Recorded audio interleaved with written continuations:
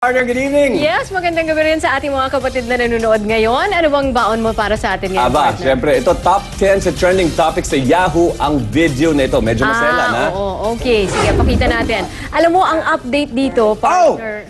Kita mo yun? Pinahiraw ang ilong ng anchor na si Kylie Dyer dahil sa pagkagat sa kanya ni Maximus the Dog. Ouch. Ang tanong, bakit nga ba ginest itong si Maximus, no? Nalubog kasi last week si Maximus sa isang nagyayelong lawa. Nirescue siya ng isang firefighter. Pinakita natin yung video na yun eh. Tapos ang gusto sana ng show, mag-meet yung firefighter at yung aso, yung aso sa live na programa. Oo. Matinding debate kung ano nga ba yung gagawin kay Maximus. Alam mo, ito kasi mahirap minsan para mag-rate, hindi ba? Mag-guess ka ng isang hayop dun sa show. Pero ako talaga, partner, hindi ko talaga tingin na kasalanan ng aso yan eh. Hindi naman. Kasi syempre alam naman natin, napaka-unpredictable talaga ng behavior. No? Basta hayop yan, maraming mga factors involved. Pwedeng natatakot siya sa ilaw. Pwedeng medyo kakagaling lang niya sa isang stressful situation. Oo, tapos medyo napalapit masyado yung mukha ng host doon sa aso. Nakala niya siguro hahalikan siya, bigla na lang, kinagat. Kaya mamaya mga kapatid, malalaman natin kung ano nga bang ginawa nila kay Maximus. Pero ito muna ang mga may kagat na mga headlines. Ngayong gabi, That right there is your laptop. This right here is my 45. ama napikon sa Facebook status ng anak, kinunal pa ang sarili habang niratrat ng bala ang laptop ng kanyang panganay. Point round. Usapang Facebook pa rin, mag-asawa pinatay matapos i-unfriend ng isang babae sa Facebook. Retrieval operation sa mga lugar na niyanig ng lindol, binigyan na lang ng isang linggong palugit. Low pressure area na namataan sa Mindanao, tatama ba sa mga nilindol? 21 Pinoy seamen, kinidnap ng mga pirata sa Somalia. Lalaking nabalian ng binti matapos mabundol ng motor, sinaklolohan ng Rescue 5. Rambo at Terminator magkasamang na ospital sa Amerika. Ano kaya ang dahilan? iPad 3, malapit na nga bang ilabas ng Apple? Vicky Bello at Hayden Ko, break na nga ba? Hayden, ipinaubayan na nga ba sa ibang babae ni Dr. Bello? Sa aksyon abroad, lalaki sa LA na umakyat sa radio tower ng hubot-hubad, napababalang ng dahil sa hamburger. At boksingerong si Timothy Bradley, kumagat na sa bakbakan kontra Pacquiao.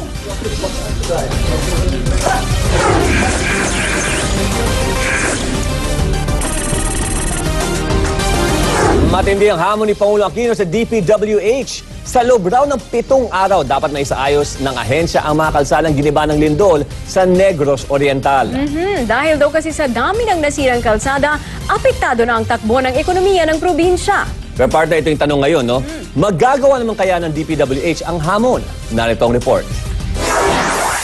Matapos makita mga naglalakihang bitak sa kalsada at mga nagibang tulay, binigyan ng 7 araw ni Pangulo Aquino ang DPWH para isaayos ang mga daan na sinira ng lindol. Dahil kasi sira-sira mga kalsada, apektado ng ekonomiya at buhay ng tao sa probinsya. Walang mabili yung mga tao ron dahil sarado yung mga tindahan, sarado pati yung public market. No? So, we are trying to restore as quickly as possible the economic activities para may mabili. Ang ibang residente naman, nagkusa ng bumangon sa trahedya. Si Geba, sinamantala na lang na magtinda ng delata at lutong ulam sa tabi ng tulay. Dahil hirap din ang maraming residente na bumiyahe dahil sa sira-sirang daan. So para makatulong kami, nagtitinda sa kanilang mga needs that will support our family, our income. Ang dati namang pedicab driver na si Karel, naging kargador muna para may maipangkain sa pamilya. Pag-isipan ko na magkarga na lang kasi pumasada, mas delikado, mas malayo ko sa pamilya ko. Higit 300 pamilya naman ang binigyan ng tulong ng Alagang Kapatid Foundation sa bayan ng La Libertad. Karamihan sa kanila mga pamilyang umaakyat ang bundok sa takot na magkaroon ng tsunami nung lumindol. Pero napilitan daw silang buwaba dahil kumakalam na ang kanilang sikmura. Habang tumatakbo ang oras, lalo namang nawawala ng pag-asa ang mga rescuers na may mahuhukay pa silang buhay sa landslide sa bayan ng La Libertad sa Negros. Kaya 7 araw daw mula ngayon, makaitigil na nila ang paghuhukay. Ikwento mo, Romel Lopez. Sa Biyernes ng susunod na linggo, plano ng itigil ng mga rescuers ang paghukay sa gumuhong tipak ng bundok dito sa Barangay Sulongon sa bayan ng La Libertad. Mula kasi nagsimula ng paghukay, dadalwa pa lang sa may 42 taong natabunan ng nakukuha. Kasama na rito ang isang 16 na taong gulang na dalaga na nahukay kanina. Sakit kayo nga. Sakit talaga sa akin. Pero pasalamat na rin. Nakita pa anak ko. Sabi ni Vice Mayor Emmanuel Iway, hindi na nila magagawang hukayin ng lahat ng natabunan. We'll decide after 1 week. Well, we really have to talk to them first. We have to explain to them that yung efforts natin, we cannot just use the heavy equipment for 1 month to excavate yung mga bodies there. As you can see, wala nang sa amin parang wala nang hope. So we even suggested for heavy equipment. Plano na rin ng lokal na pamahalaan na gawin na lang na mass grave ang lugar. Kaso, marami pa rin mga residente nagbubumilit na mahukay ang mga kaanak nila para kahit papaano raw ay mabigyan nila ito ng maayos na libing. Romel Lopez, News 5. Nagsagawa naman kanina ng earthquake drill ang mga estudyante ng Fort Bonifacio High School sa Makati. Pasado kaya o bagsak ang kanilang performance? Jun Leola, ikwento mo. Nang magring ang bell, nagtakbuhan palabas ng kanilang mga classroom ang mga estudyante ng Fort Bonifacio High School kanina. Pero hindi sa kantin ang kanilang punta. Practice kasi ito sa may 7,000 estudyante ng Fort Bonifacio High School. Sakaling yanigin na lindol ang building nila. Isa nga sa ginagawa ng mga estudyante paglabas nila ng gusali ay nilalagay nila yung kamay nila dito upang protektahan ang kanilang ulo. Pero dahil nga practice lang, nakangiti pa habang tumatakbo ang ilang estudyante papunta sa football field. Pero marami din sa kanila aminadong natakot sa nangyaring lindol sa Visayas. Natakot po ako. Kasi yung mga nangyari po sa Visayas, baka mangyari rin po dito. Natakot po. Kasi maraming namatay. Kung bibigyan daw ng grado ang drill, sabi ng kanilang OIC, medyo bagsak pa. Siguro ang i-improve na lang dyan ay time frame na nakalabas na lahat.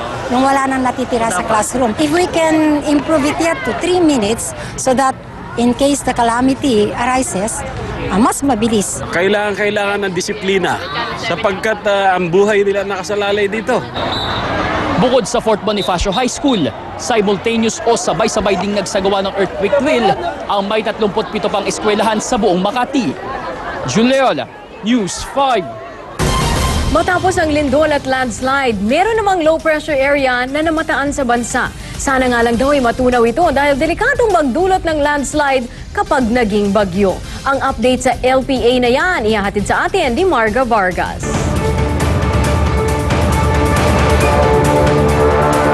Salamat, Sherry. Narito na ang action weather.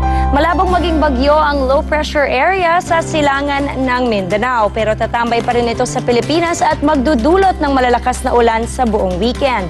Bukas, asahan na ang buhos ng ulan sa silangang Visayas, Zamboanga Peninsula at sa Bicol Region, Central at Eastern Visayas pati na sa silangang Mindanao. Sa linggo naman, kakalat pa ang pag-ulan na yan sa Southern Tagalog at iba pang bahagi ng Mindanao. Habang dito sa Luzon, magiging maaraw pa rin. Tamang-tama kung balak ninyong makiparty sa Panagbenga Festival sa Baguio City. At yan ang lagay ng panahon ngayon at bukas. Mula rito sa News 5 Weather Center, ako po si Marga Vargas. Nagpakawala ng pasaring si Pangulong Aquino sa pagkontra ng Korte Suprema na mabuksan ang dollar account ni Chief Justice Renato Corona. Pero sabi ng isang constitutional expert, kung gustong mapabuksan ang dollar account, dapat baguhin muna ang batas tungkol dito. Marlene Alcaide, ikwento mo. Hindi nyo kailangan ng dollar account. Dahil sa Pilipinas na kayo nagtatrabaho. Mga scholar ng TESDA ang kaharap ni Pangulong Aquino kanina, pero nagawa pa rin niyang banatan si Chief Justice Renato Corona. Yung nasa sandal, walang tinatago, bakit buksan nyo para makita nyo wala akong kasalanan. Maging ang Korte Suprema, binanata ni Pinoy sa bilis ng paglabas ng TRO na pumigil sa pagbulatlat ng dollar account ni Corona. Hindi naman natin siguro hinihikayat yung mga drug lord na ibang bansa. Haligay punta kayo sa Pilipinas, dito hindi masisilip yan. Agad namang sumalag ang kampo ng punong maestrado. alam niyo po, madali pong sabihin iyon no, na buksan na lamang po. We have to understand na meron po tayong una may batas, pangalawa po meron tayong privacy. Yung voluntariness naman po, it's a decision he will have to take. Pero giit ni Congressman Teddy Casino, ang foreign currency law ay para lamang sa mga foreigner at hindi sa mga Pinoy depositor. Pero sagot ni Father Joaquin Bernas, ganun talaga ang nakasaad sa batas. It has to be amended, I think, because otherwise, if you don't want your graft and corruption to be discovered, deposit it in dollars. Marlene Alcaide, News 5.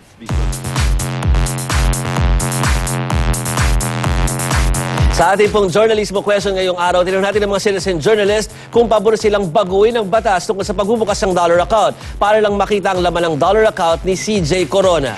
Pabor dito si Joseph Edrin Luis Pablo. Sabi niya, i-amenda ang batas kasi ng isasangkalan nila para hindi malaman ng taong bayan ang katotohanan. Pero kasi Francis Ibanez ang tatanungin, unfair ata ito. Kumbaga sa basketball, hindi pabor sa government ang takbo ng laban. Dapat bang palitan na lang ang rules o palakihin ang butas ng ring para makashoot ka? Balitang showbiz naman tayo. Kung noong Desyembre napabalitang ikakasal na sina Doktora Vicky Bello at ang kanyang boyfriend na si Hayden Ko, ngayon tila nagkakalabuan na naman daw ang dalawa. Base sa tweet ni Doktora Bello, tila itinutulak na niya si Hayden na makipag-date sa aktres na si Nancy Castiglione. Pati tuloy ang netizen na bulabog sa tweet niya. Pero kambyo naman ni Hayden, may misunderstanding lang sila ng kasintahan at wag na daw sana itong palakihin pa. No comment muna sa issue, si Nancy. Susunod, 4 na araw bago ang Valentine's Day, presyo ng bulaklak sa Dangwa. Dumoble na! Sa Rescue 5, lalaking nabundol ng motorsiklo, posible raw magka-fracture ang buto sa binti. At isang ama, binaril ang laptop ng kanyang anak. Ang dahilan, alamin po sa pagbabalik ng aksyon. Journalismo. Ngayong buwan ng mga puso, nagbahagi kami ng kaunting pagmamahal sa